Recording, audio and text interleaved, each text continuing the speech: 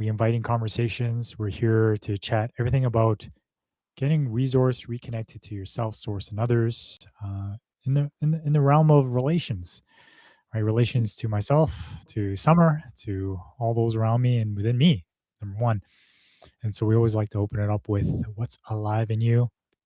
What's alive in you, Summer? I'm happy it's spring. I'm feeling a bit energized and also a little bit of pressure, feeling rushed for time. Uh, but otherwise, feeling very, very alive, grateful, and enthusiastic about life. Hmm. Dre, what's alive in you Um, today? Hungry. Mm. Um, Sense of kind of weakness just because of the hunger. Um, Mhm. just only had a banana and peanut butter and cap. What was it? Carrot, carrot, apple, ginger juice. Is it? And yeah, I was just looking to be nourished here after the stream, and I'm also hopeful. I mean, my energy's getting back. I've been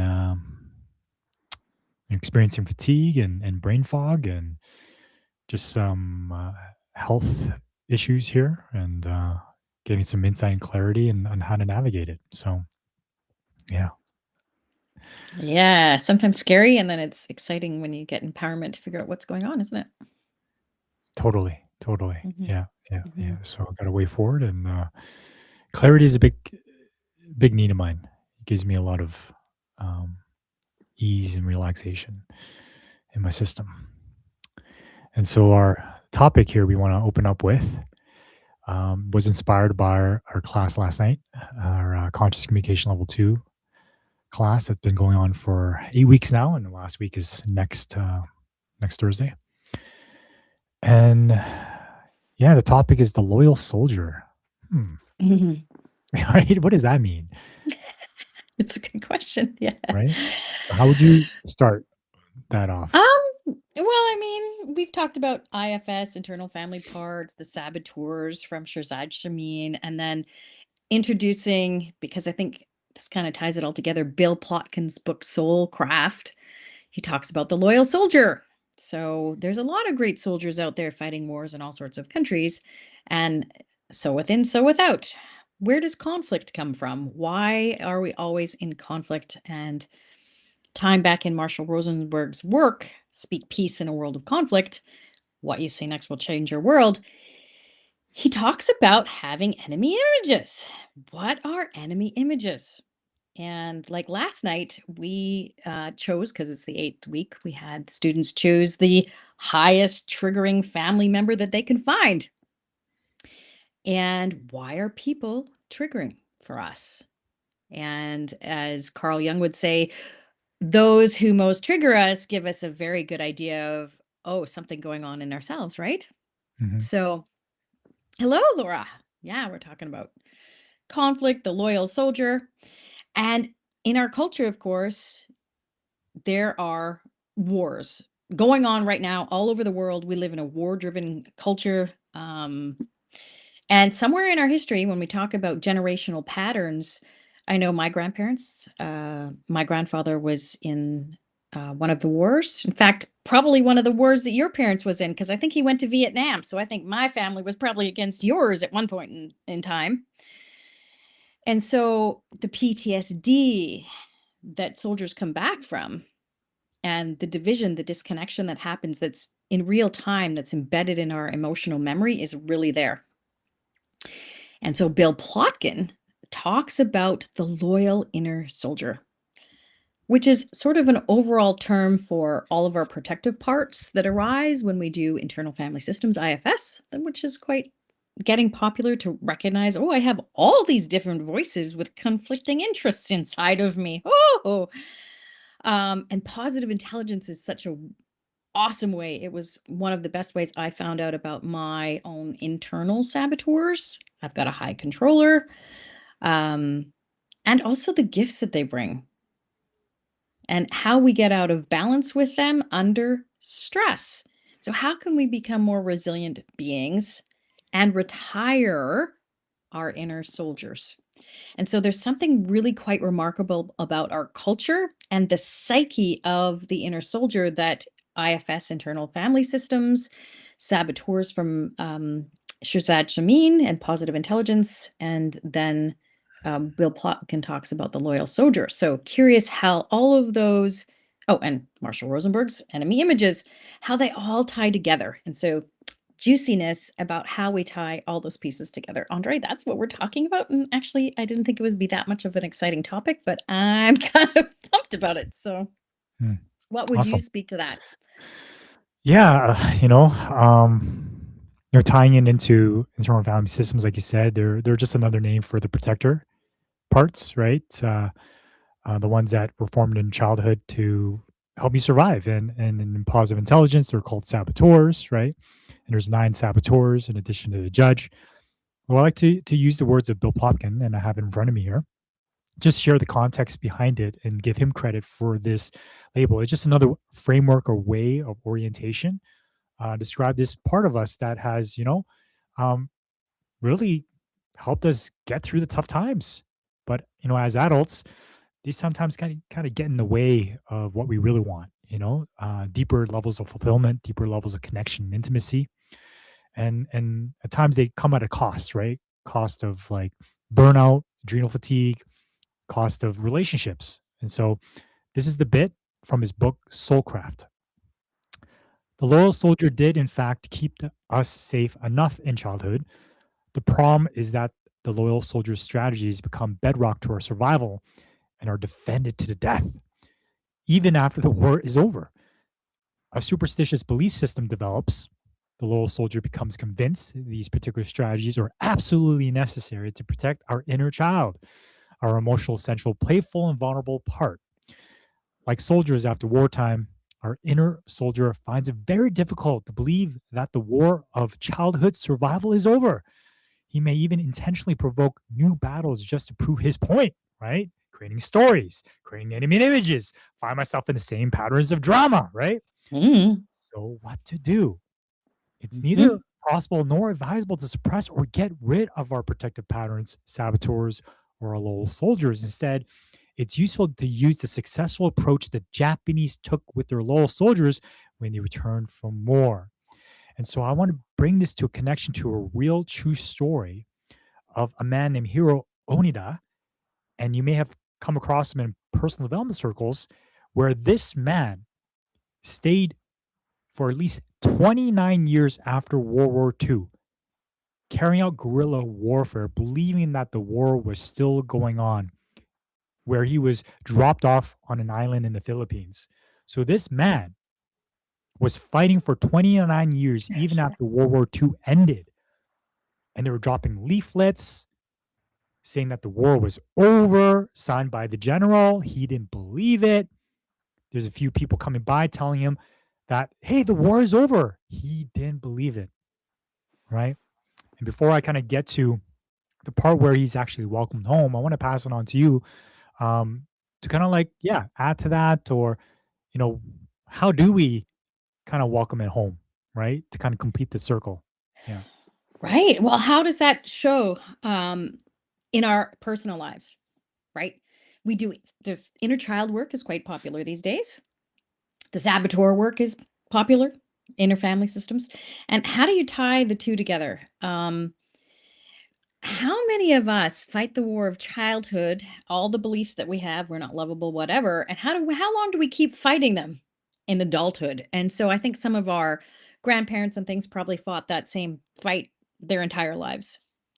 How many of us can now retire our inner soldiers, thank them profusely for their service, and catch our patterns so we're not repeating the same ones? How do we actually do that? That's what I would say, because it's built into our psyche in so many ways to believe that we're still fighting the same fight, and there needs to be a bit of an identity. Um, there's a bit of grief in it, a bit of loss that we've had to fight for so long to be seen, to be heard, to feel safe, whatever it is that's been in our childhood or our background.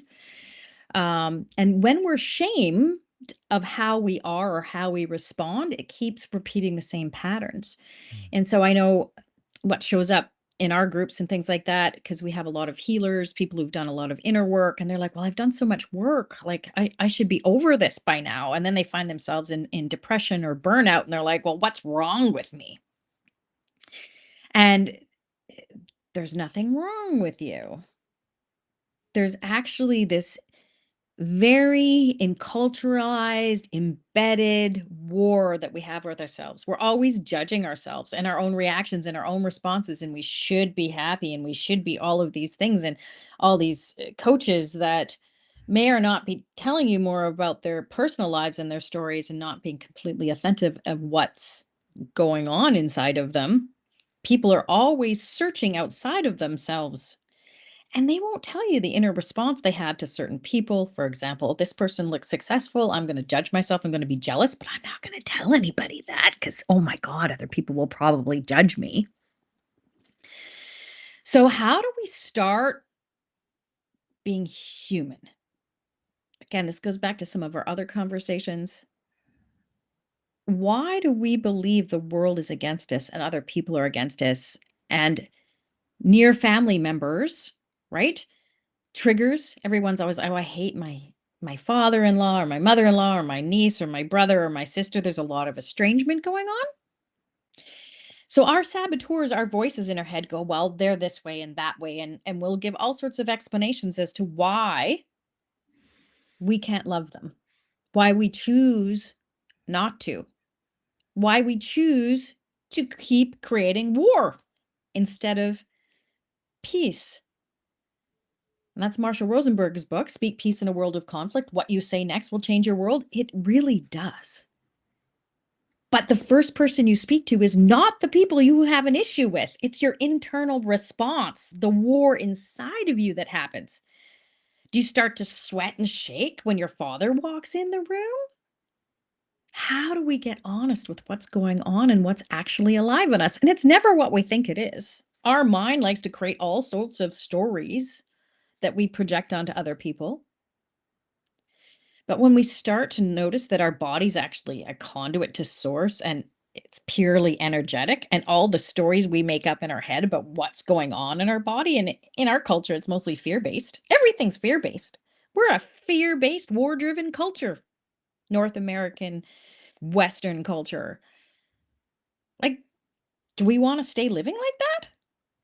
Or do we want to choose first love, peace within ourselves? And how do we do that? We accept, honor, and trust what's going on. Do we think that the world and God is against us and it created us to be fighting all the time? I don't believe that. And so why is it so hard to accept, oh, the war's over? I'm no longer in childhood. I'm now an adult and I can take ownership and responsibility for the world that I'm creating around me, for my perception of others and myself in it. It's an exciting time, but it's also it's transformative, and for people that aren't used to doing that kind of work, it's very disorienting. Hmm. Yeah. What would you Yeah. say? Yeah. It's like knowing that there's a part of us that is fighting a war. There's a part of me that's Mhm. combative, right? Combative with others, combative with myself. And it's the idea of just localizing it, bring it back to myself. I think all of us have an inner critic, has a voice that's pretty harsh and judgmental. And I think we've been on the path of just, beating myself up. Like I was beating myself up for a mistake I made with the fuel canister, right? Mm. And just entertaining that dialogue and just, yeah, bringing it back to myself of like, I just know if I come from a place of criticizing myself, beating myself up, I'm just going to feel depressed. I'm going to feel anxious, irritated. Over time, my self esteem erodes, my confidence in myself, my worth, right? My compassion for myself is not even there. So how can I have compassion for other people? And so definitely how I behave and act is a reflection of my inner world, right? Hmm. How I treat other people, how I see the world, and what type of lens, what type of glasses am I wearing? And so localizing it begins there. And it begins where I kind of like it back to my original experience of finding myself in a space where I was able to express stuff that I withheld or suppressed because I was afraid that it would be judged. So I can finally start hearing myself. What's really going on, Oh, right? wow. I just loved how you said that. So you can start hearing yourself. Yeah, yeah. Hearing that voice, what does that voice remind me of? Like, whose voice is this? Wow, it sounds like my dad. It sounds like my mom, right? And then start to like kind of see it more objectively. Hey, Nate, welcome, brother. Howdy. Great to have you here with us. And so this is the process of like being unblended, being an observer of what's happening in my inner world. And once I get the idea of where it comes from and have that awareness and insight of like, okay, this voice here, like just my parents, they love me. They do. It's just the strategies they use and created some other stuff for me, right? To deal with. But deep down, like their intentions were to support me, to protect me. So what is this protector, this loyal soldier protecting me from? Right? Who first is this protector? What is it? Let's say in the realm of positive intelligence, I'd say I'm a hyperachiever, quite familiar with Mm. that. This is the part of me that is attached to status and is attached to success, believing that success makes me worthy of love, worthy to be accepted. And so I keep striving, keep doing, keep achieving, right? But it seems like it never ends because once I get there, I'm like, nope, I need more. I need more, right? Because It's the this, carrot. yes, because the carrot is outside of me, right? This attachment to approval and love is outside of me. So therefore, I lost my power, right? I give my power away and it never ends because it's not within me, right? I'm waiting for someone else to give it to me. So this hyperachiever is really protecting me from judgment, rejection, abandonment, not being worthy because not being worthy equates to not being lovable. So I see what it's doing. So when I have the awareness of who it is, what's it protecting me from, what are their needs, I shift this orientation from trying to kill it, you know, trying to kill it off because I'm like, I'm ashamed of it, right? Or maybe I'm ashamed of my victim. Oh my God, I don't want to be a victim. There's a lot of people saying that, right? Some people just can't even stand victims and are like, oh my God, which means they can't stand the victim within themselves. So the idea of killing this part of myself is taking really a part of myself away.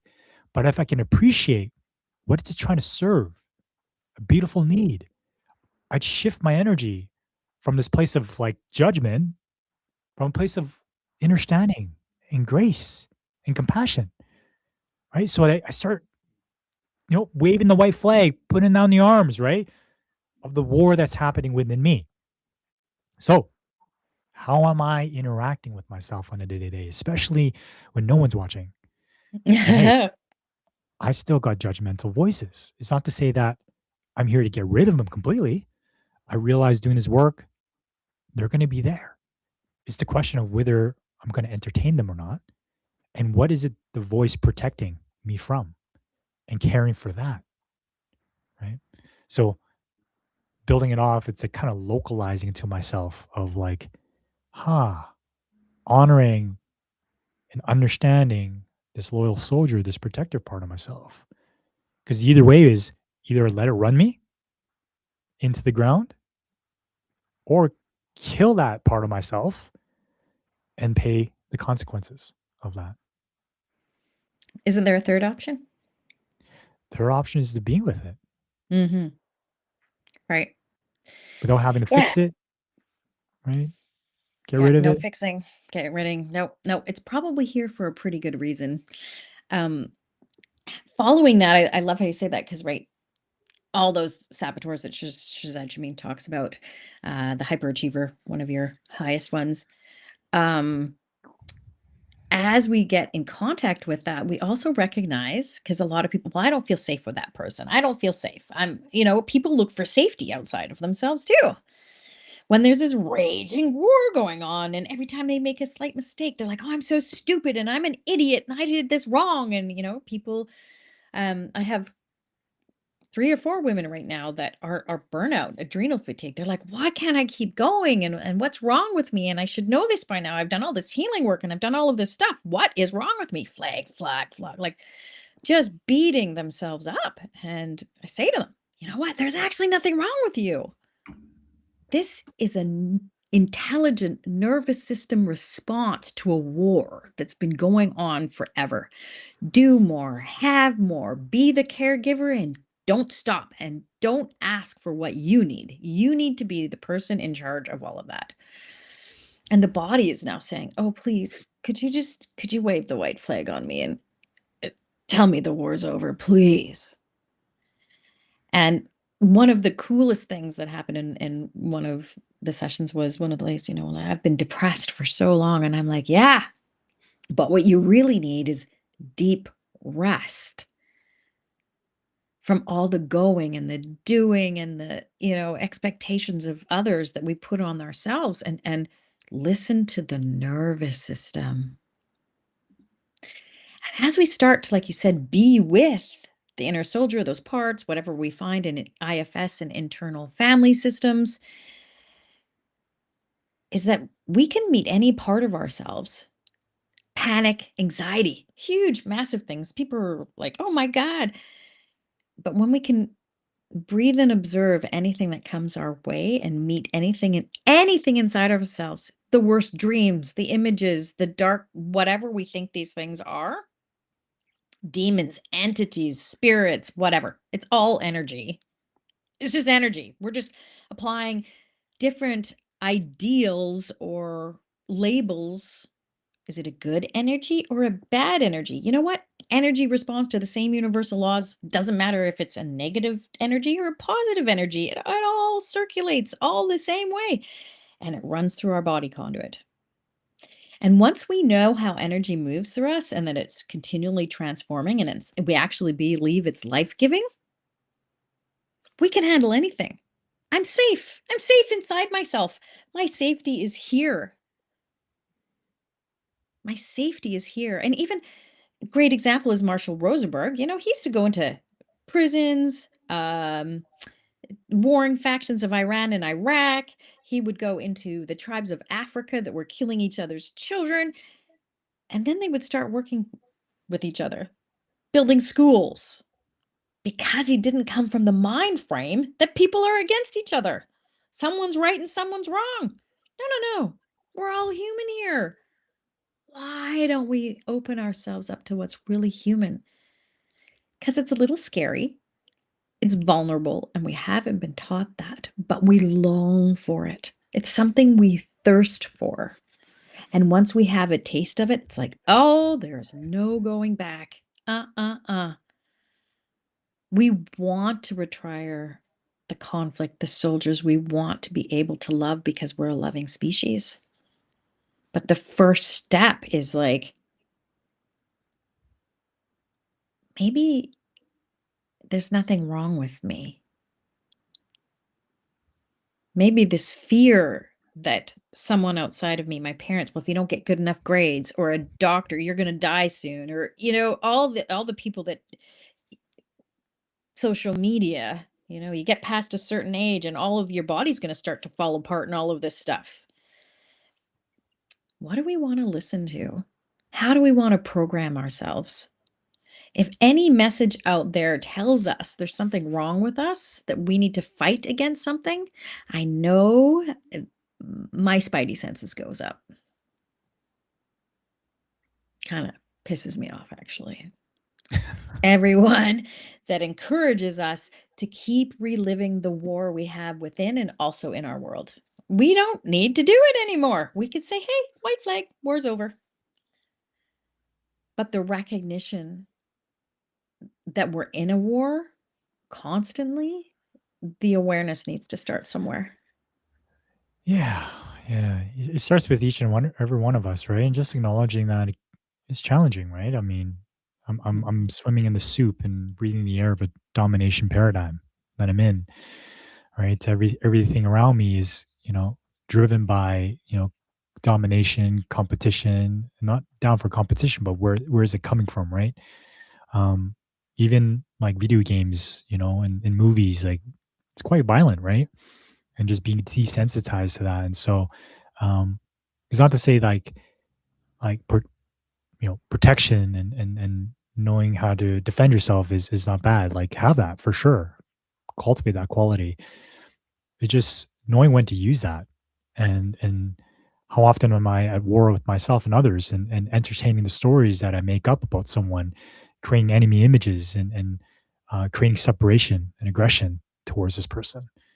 And it can be tough. It can be quite challenging, especially when I make stories about what has happened to me, right?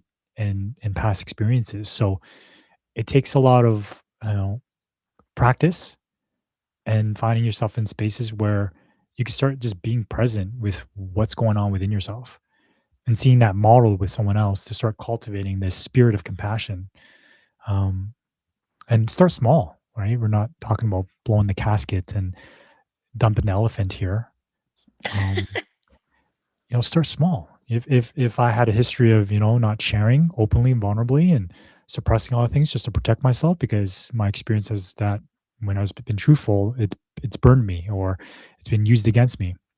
Then having discernment of when to share that is very important, right? Knowing who to share this with or when, you got to have that discernment.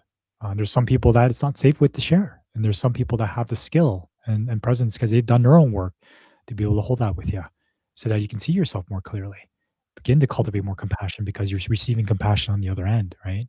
It's as if I'm waiting to see if my parents going to punish me by sharing this with someone, and then they're like, "Thank you for sharing," and I hear da, da, da, da, da, da, like just a reflection back. I'm like, "Wow, that's a nourishing response." And that allows me Yeah. to move past that and heal that, right? I'm like, "Oh, it's not so bad. It makes sense."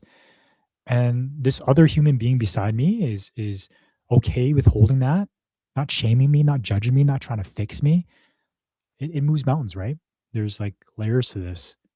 Though definitely want to go back to that Lowell soldier of like the war, right? Am I tired of it? Am I exhausted of it? If I am, then perhaps there's some curiosity about, okay, how do we how do we welcome that loyal soldier home now? Yeah, let them know the war's over. Him or her, Yeah. whoever's protecting us, are our responses. And I mean, it goes back to the idea of trauma, right? And we all come from trauma. Let's get over ourselves here. We come from a war-driven, westernized culture that's war-driven. And the war, as children, we didn't quite get our needs met. No one knew what a nervous system was. And, people are all sent off to war all the time, believing there's some outside enemy.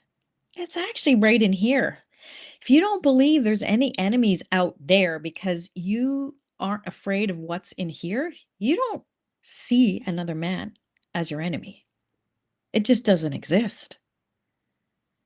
So there was something you said and I lost the train of it. Um Talking to people, like you're like a lot of, oh, that's what it was. Soldiers that you talked about, what was his name that fought a war at 29 years after it was over? What was his Yeah, name again? Hiro Onada.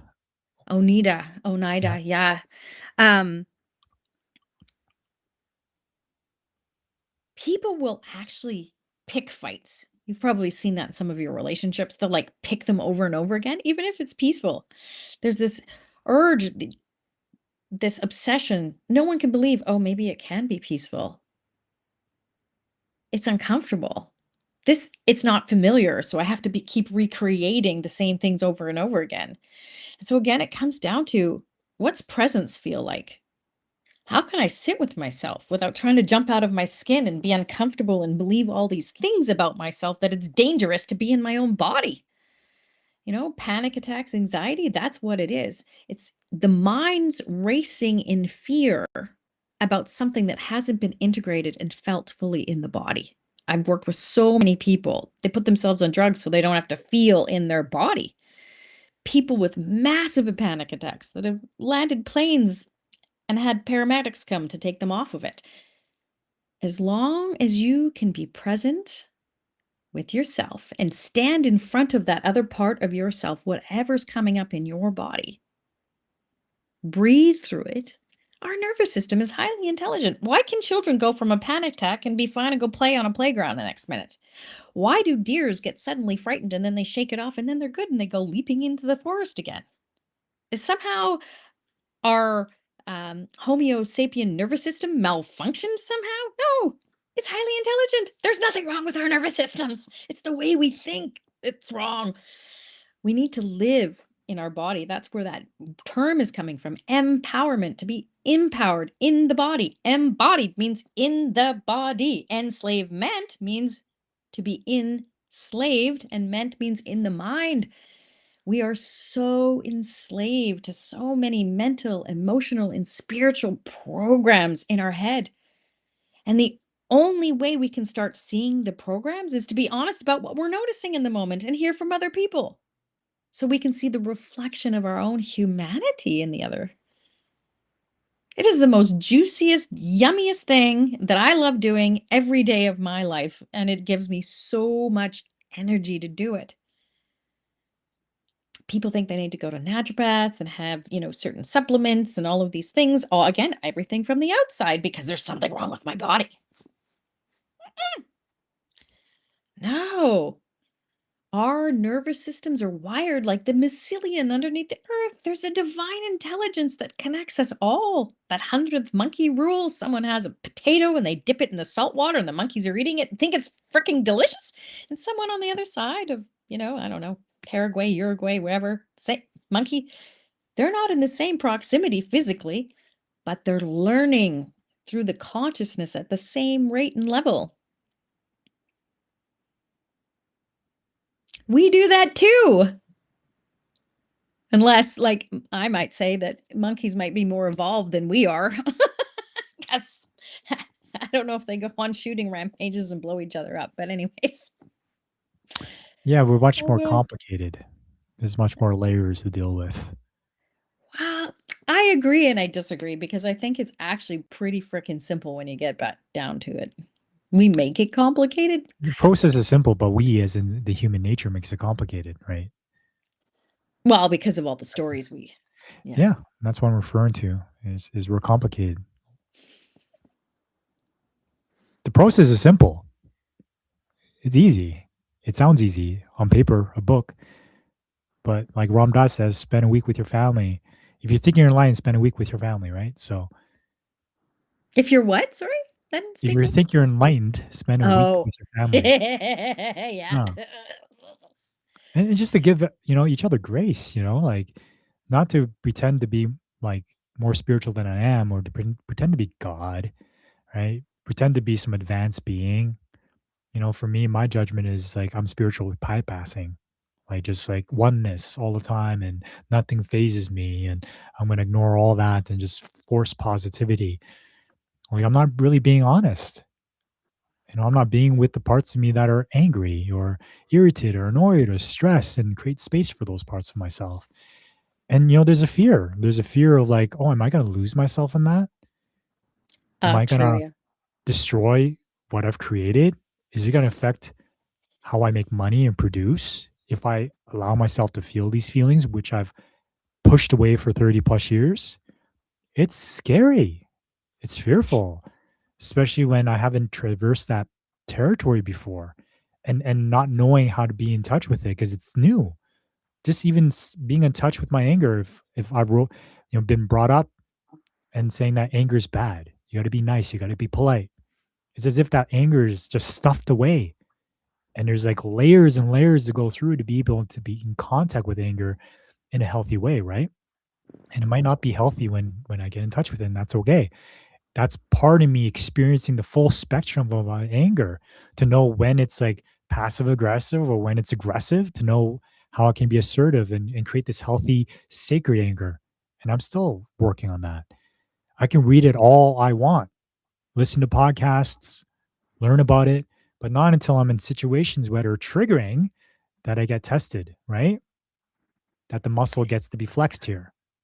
Right. Back to the family member things, right? be a monk, go and spend a week with your family. There is a beautiful way of working with families. Um, it's called the family reunion. Dr. Henry Wise. I love his name, Wise. When people can come together in a certain way, getting rid of all time-based mechanisms, the structures, the stressors of the outside world, their nervous systems actually start to come back in alignment with each other. They start to de-escalate, and it just naturally comes back into alignment, because that's what our nervous systems are meant to do. As a tribe, it's like the mycelium underneath the earth. We resonate. Again, it's like Avatar. They have all their little plugins to Ewa, the mother tree, and as they work in harmony. What happens when we're all separated in different houses and we're going to work on someone else's schedule? Our nervous systems are under stress and strain. Those protective parts, those saboteurs, are trained to keep going. We're literally slaves. We're in really fancy little cubicles and slave places, and we're separated from that which actually teaches us how we're human and how to live and truly be alive. Um, so he has this method of bringing people together without, of course, TV and outside programming and the time constraints and the clocks. You put people in this a beautiful space next to the river with, good facilitators. Even children don't want to leave. They start to feel what the family is meant to be when it's aligned with source, when it's aligned with what brought us to here on earth in the first place. To have heaven on earth is possible as we accept, honor, and trust that our nervous systems are adaptable and highly intelligent. This thing here is such a slow processor. Our body's innate capacity, instant awareness, instant knowing. So, like you said, Dre, go to your families. We call them our Jedi Master trainers because they're invitations to upgrade. They're invitations to learn on a deeper level of what peace is what we are as a spiritual being and a spiritual purpose. All our saboteurs and our protective parts. Well, I don't want to be around my uncle because he didn't let me breastfeed last time I was there. I don't want to. All the reasons we have not to love people in our lives. If we can't love those that are actually our family, do you think we can create peace with strangers? No. When we meet strangers, we only have the very surface level. What about all the inner parts, their trauma, their own protective agencies? If we can't accept others, it means we don't accept our own. It means we're not creating safety for ourselves or anybody else on planet Earth. Yeah, takes some work. It takes going to the gym. Like, I'm going to the gym Mhm. to build muscle, lose weight, or improve my stamina endurance. This type of work to cultivate compassion for oneself is the same type of work, and for me it's enjoyable. Like, just like some of you listening, it's enjoyable to go to the gym when I know the types of benefits I get out of it, even the superficial ones of looking great in the mirror. Though what's the reward of cultivating this inner compassion and bringing up online the protectors, right, and being with it, is this greater sense of authority and agency, Mhm. right? Freedom, like you said, enslavement, right? Mental and emotional enslavement patterns that if I'm not aware, I'm running based on my survival patterns with people at work, at home, and we're doing it with each other. We're entrenched in these patterns. No wonder if I break up with someone and I track another one, I'm redoing the same pattern because there's no conscious awareness of it. And second, am I doing the work to build a different pathway? Because first, it starts with awareness. Mhm. So with family, it's a great opportunity to see with, you know, how am I protecting myself here? How am I keeping myself safe here? Right? What type of strategies am I deploying? For example, for me, I get disassociated. I numb out. I become a fly on the wall because I don't want to engage in conversations that we're having because I have a fear that by engaging these conversations, I would disconnect from them. They wouldn't approve or accept my point of view. It would start a fight. So why bother? Why bother? And based on believing that story, I've really robbed myself the opportunity to get to know them on a deeper level and for them to get to know me. Mm. Right? When are you going to have that new conversation? Yeah. Right. Mm. Yeah. I think the next step is to be curious, to just again, we're talking about baby steps here, right? I'm not gonna just dive right in and be like, "Hey, what do you think about politics? What do you think what's going on in Iran and Donald Trump?" Like, whoa, whoa, whoa. I might just be curious about their day, right? Mhm. I might not even just put my opinion in there for now and just be curious and hear where they're coming from. Yeah. So just noticing the combative nature of myself of like, yeah, why is it? And there's stuff there because they're my little brother and little sister. And for the longest time growing up in our family dynamic, I was in charge. I was the boss, right? But now they get to talk back, right? Now they have their own opinion. They have their own life. They have their own experience, their own maturity, right? I got to grieve that part of myself. That part of myself that was a controller, that was domineering, that was a bully. But let that go, heal that part of myself and meet them where they're at, right? It's interesting because how often are we mirroring certain dynamics with people based on when we met them? Yeah. This perceived projection, like taking a guess, maybe your mom and dad still treats you as a little boy or a little girl when you come home for the holidays. Or maybe you have old friends that still think you're the party guy, the guy that does a lot of drugs and hasn't seen how much growth you've done, right? And that sucks. I don't know. For me, it's sad. It's disappointing. I still want to be seen for who I am right now. And I can't control that, right? I can't control their perception of me. No. So we get to, shape that story and by looking into that story, because the story keeps us stuck in the past. Well, and that's interesting that you say that too, because I think every day we're all evolving and we download and upload consciousness. And so we're always changing. There's nothing more stable than change itself. And so even if people have done all of this work and they get to a certain point in their lives, they've got to keep up with, well, they don't have to keep up. It's automatically there with evolution, with source, with how things are shifting in the world and in our bodies. And Mm, the only way to truly do that is not keeping up with all the workshops and all the information that we could stuff in our heads. It's being present. Who is this person in front of me right now? And it's hard to get out of the ideas what we had and what the relationship we had if we haven't gone into ourselves and healed that inside first. With my family members, it's like, okay, oh, right. I am now equal with my dad. mm, I'm an adult and so is he. We have such different conversations. And so how do we meet ourselves and someone else in the present moment? Not what we think they were based mm. on our judgments.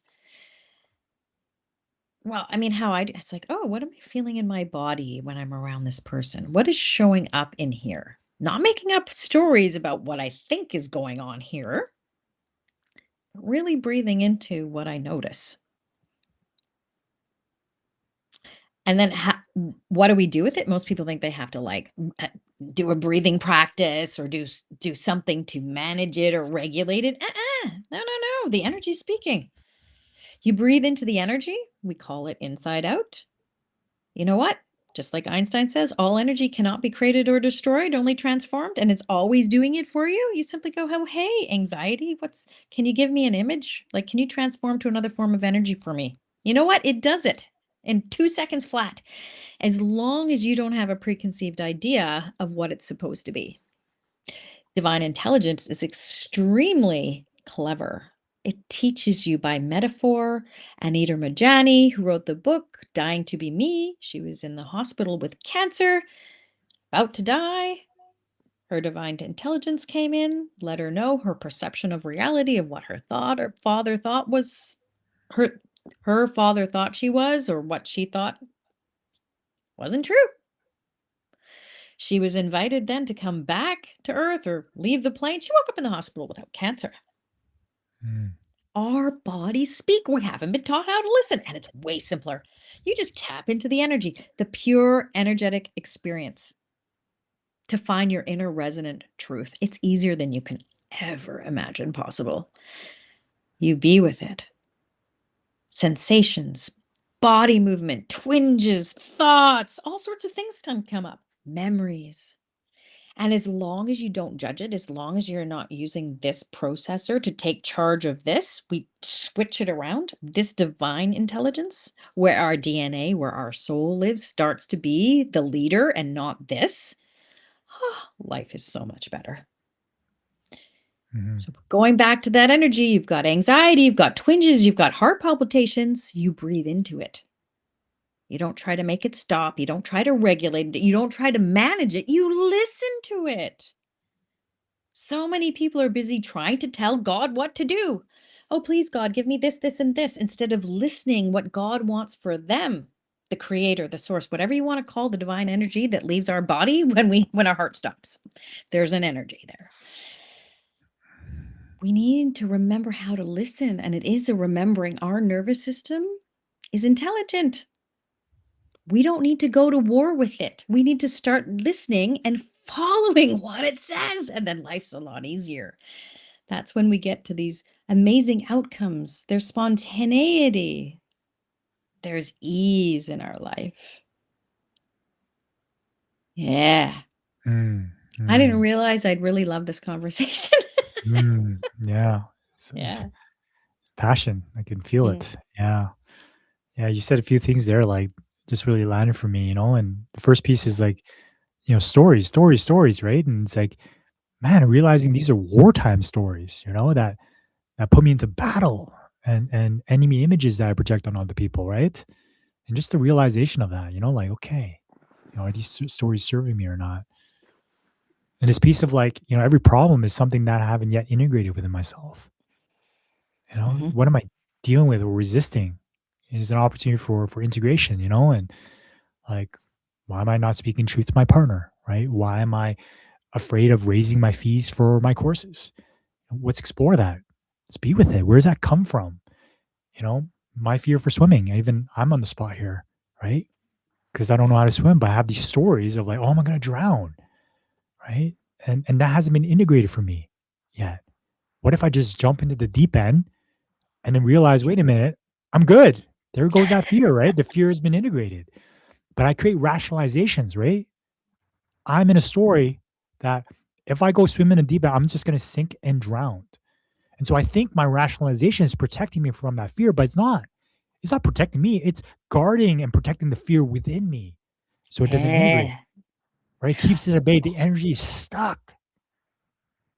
I'm naming this because now you know that I'm fearful of swimming. I don't even know how to swim.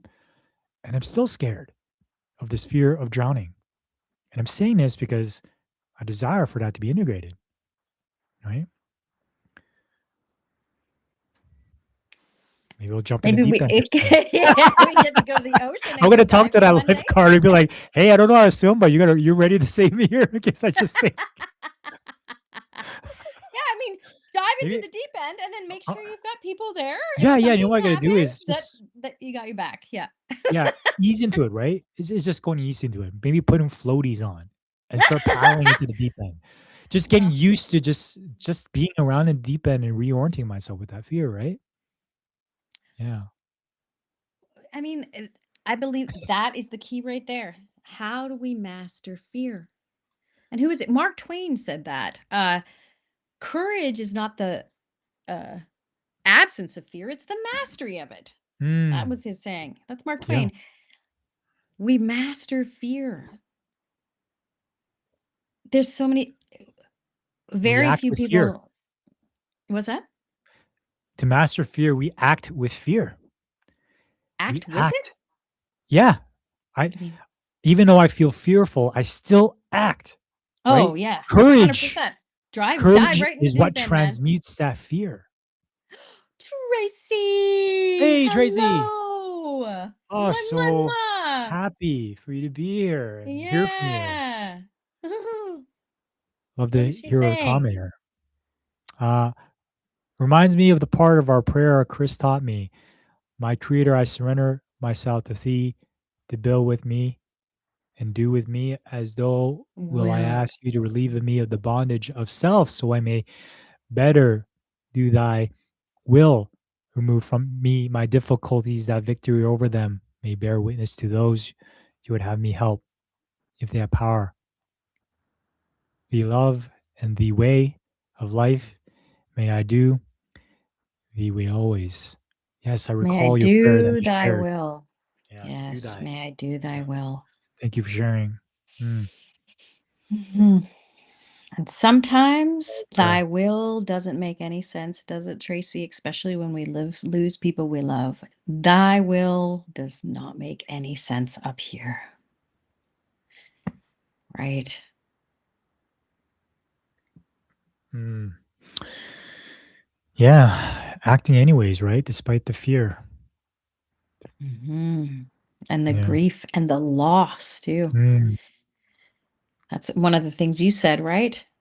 Is whether we lose someone outside of ourselves or parts of ourselves, there's a lot of grief in there of how our culture and who we are and who we've always been.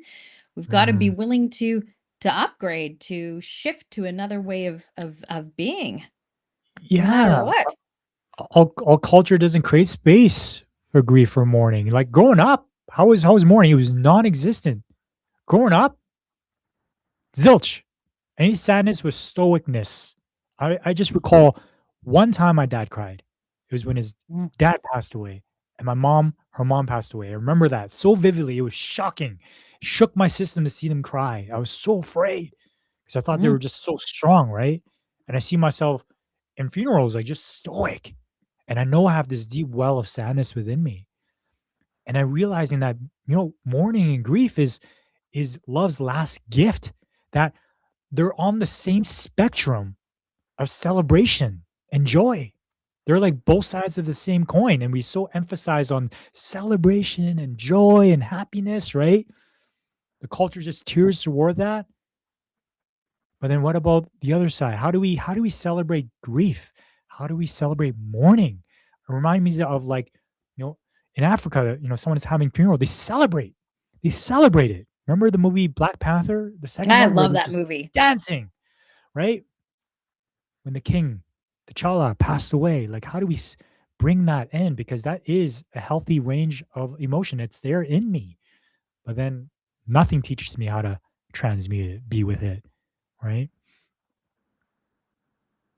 Well, not nothing, but very little in our Yeah. culture, That's an anyways. exaggeration judgment. Yeah. Yeah. Ah, Yeah. Everything's energy. yeah. And God has some purpose that is unknown to us until, as Tracy says, my creator, I surrender myself to thee to build with me and to do with me as thou wilt. And then relieve me of the bondage of self so I may better do thy will.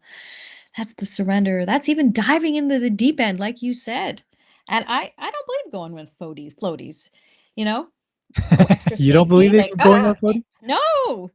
We say the metaphor is you do dive into the deep end. That's, you know, the ancient Egyptian. Yeah, Okay. just leap into it. Yeah. Well, Leap of yeah. faith. Leap. That's right. The leap of faith. And that one movie too, they have that. It's the perfect metaphor for it. What's that? It's a mm, Uh, the canyon where they walk across and oh, I can do this, and they're Yeah, it's walking a across. it's an What's that movie? animation movie called Onwards. Onward. It has the Yeah, perfect Onward. animation for that. Um, Anyways, back to Egypt and the waters and diving into the deep waters. So, as a metaphor for the training for self mastery and the fear, the mastery over fear, is they will throw the initiates into a pool of water, cement walls with a crocodile. So, what do most people do in those times where they're being initiated? Okay, I'm in water. There's a fucking 500-pound crocodile or alligator, whatever's in here. Most people, they try to stay on the surface with their floaties dry. I'm okay. I gotta see everything above the surface here. I'm okay. Crocodile. Then what do? Fear. They're thrashing in the water. What do you think the crocodile does when people are thrashing in the water? Mmm, That's prey. delicious snack. Yeah. Delicious snack. And you know what? The smell of fear, it's a real thing. Animals The smell energy. fear. People can feel fear too. It brings about what exactly what we don't want. Yeah, they sense But prey. Yeah. pray. So yeah, do dive into the deep end. And so what happens to these initiates? Well, they probably get eaten unless you can be present. You regulate your own fear. You realize, oh, all energy is energy. Where am I? What am I doing? Instead of going into fear, because it collapses our nervous system and our visual field, we're like, I'm here. I know I'm safe in myself. What's around me? Then we learn to dive into. People try to stay on the surface of shit and flail around. Go into the energy. We try to manage it, numb it, drag it out. Addictions of every kind to avoid feeling. You go into it, you dive under it. Water is a symbol of the unconscious. Hmm. The unconscious isn't scary. Some of the most beautiful, magnificent things are in there. It's like sunken ships and all the treasure that's down there. You just gotta dive to go and get it and dive deep and fucking jump in without the floaties, man. And what happens in Egypt? In Egypt, there's a passageway at the bottom of the pool that's big enough for the person and not for the alligator. And that is the symbolism of psyche and the truth of consciousness. When you dive in, there's always a passageway out. Always. Transformation, transmutation, all energy can't be created or destroyed with this, but it's always transforming. Hmm. Surrender myself to thee to build with me and do with me as thou wilt. That's what it takes. Diving into the deep end. You can do it. There's no more empowerment than that. And then we realize there's nothing we need to fear, not even death itself. Death is a part of life. And as Anita Mojani, as she laid in bed full of cancer, she's going to go. She's in a coma. What comes to her? The life beyond that. The trust. And her book is called Dying to Be Me. Aren't we all? Aren't we all dying to be me? And we're at war trying to be ourselves when all we need to do, as Tracy here says, is surrender. It's that white flag thing again. Let's surrender. The war is over Yeah. if you choose it to be. It's The over. war is over. Peace. It's over. Yeah. And tying this back to the loyal soldier with that story, that I shared at the very beginning, this hero, Onida, again, fighting 29 years after World War II on one of the islands in the Philippines, believing that the war was still going on for 29 years. What it took was his former commanding officer to fly from Japan to that island to say that the war is over. And so, what that calls in us is when we're resourced enough, when we're regulated, when we're aware, when we can be ourselves, be me, we can communicate with the loyal soldiers within us over and over again that the war is over. Right. And I remember you talking to me about this before. It's about our higher self, right? Mhm. The commander represents our higher self directing those other parts of us. Yeah. The The part war of is us over. that inherently knows that you're good, the basic goodness that Mhm. is in each every man and woman here, that no matter what you did in the past, the mistakes you made, the stuff that you dropped, you're a good man. The people you hurt. You're a good woman. Exactly. Mhm. Right. We're separating the behavior with who you are deep down, your innate sense, that higher self, recognizing the basic goodness that's in you.